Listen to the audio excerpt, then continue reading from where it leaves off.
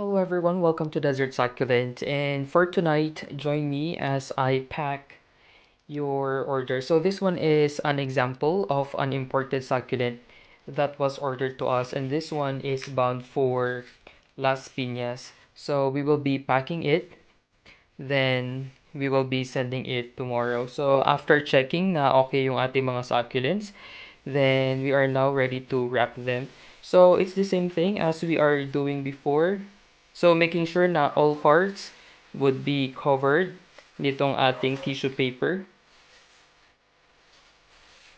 Yeah, so ganyan lang siya. So after, we will now be using this one. Yeah, so sometimes I use a tape, pero pag meron ako nito, I'm using this, yung ating logo sticker. And that's it. We're done with our very first one. So this one is our Romeo. Ayan, ang ganda rin niya. Yeah, so we are now trying to wrap it. Ganyan lang siya. Mabilis lang naman mag-wrap ng ating mga succulents. But we need to be very gentle kasi nga ayaw naman natin na maipit masyado yung ating succulent. So we are just trying to apply very light pressure while wrapping ito.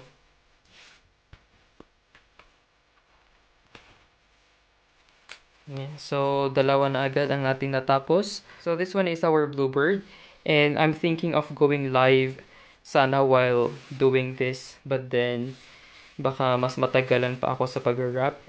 Wala akong masyadong boses and I don't want to talk much kasi nga for the past weeks we kept on vlogging and medyo namaos na tayo. This is already the third one. So this one is yung ating rainbow. Ayan siya, ang kapal pala ng farina niya sa personal. May nagtanong sa atin before asking if okay bang maging seller ng mga succulent. In fact, okay naman siya. But you really have to be patient. Especially ngayon na we are doing is that we are trying to pack our succulents one by one. So, matrabaho siya. And this is just a part nung talagang actual job pag magiging succulent seller ka. Ito pala si ating iceberry na cluster. This one, you can easily cut this here. Then, pwedeng-pwede na siyang i-propagate, diba? May sarili na kayong propagation agad-agad. Ito yung ating mga haworthias.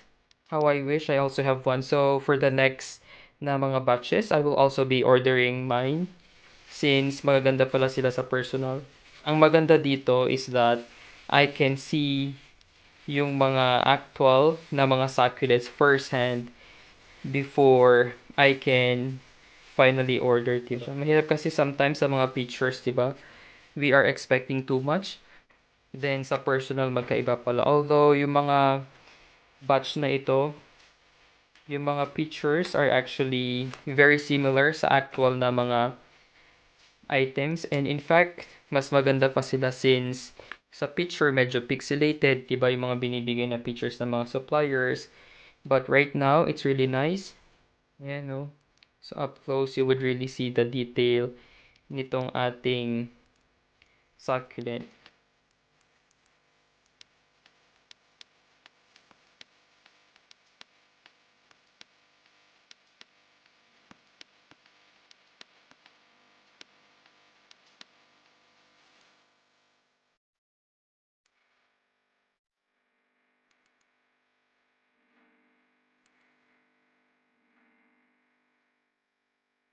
Finally, we are done wrapping itong ating mga imported succulents. And right now, we will be putting it inside sa ating box.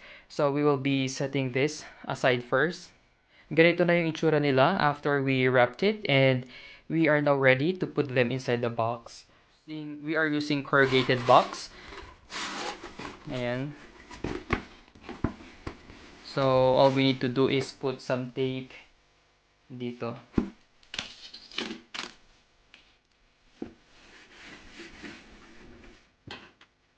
So, we are actually taping now yung pinaka-base ng ating box.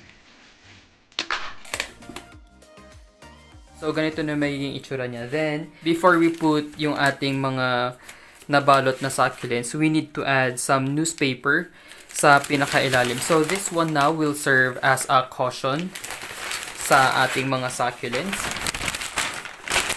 So, this is what I do. I just randomly put it there. Then, another one here. We'll just put it here.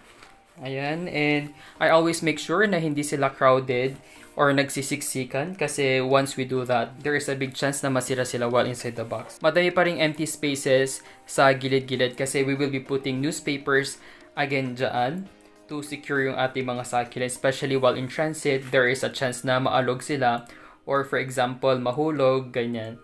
So, hindi maapektuhan yung ating mga succulents. They will be intact since we will be adding newspapers to help them secure yung kanilang place. Just randomly putting it like that. Our packaging is just very simple but it serves its purpose. Once we close this already, the more na magiging secure yung ating mga succulents sa loob. Even if we shake it like this, we won't really feel or we cannot really hear anything na nagmo-move sa loob. So, kahit balik-balik ta rin natin to, it's very secure because of the newspapers. So, now we are ready to seal itong ating package. So, I think now we have already packed at least 20 na mga boxes. These are all ready for pick-up and delivery bukas. Ayan. So, next week, we will start posting again yung ating mga locally propagated na mga succulents. So, we do ship yung ating mga succulents nationwide. Kaya, thank you sa lahat ng mga nag-order sa atin. So, that's it. We are now done with our packing ng ating imported succulents. And thank you guys for watching. Don't forget to like and subscribe to our YouTube channel. You may also visit our Facebook page at Desert Succulent PH.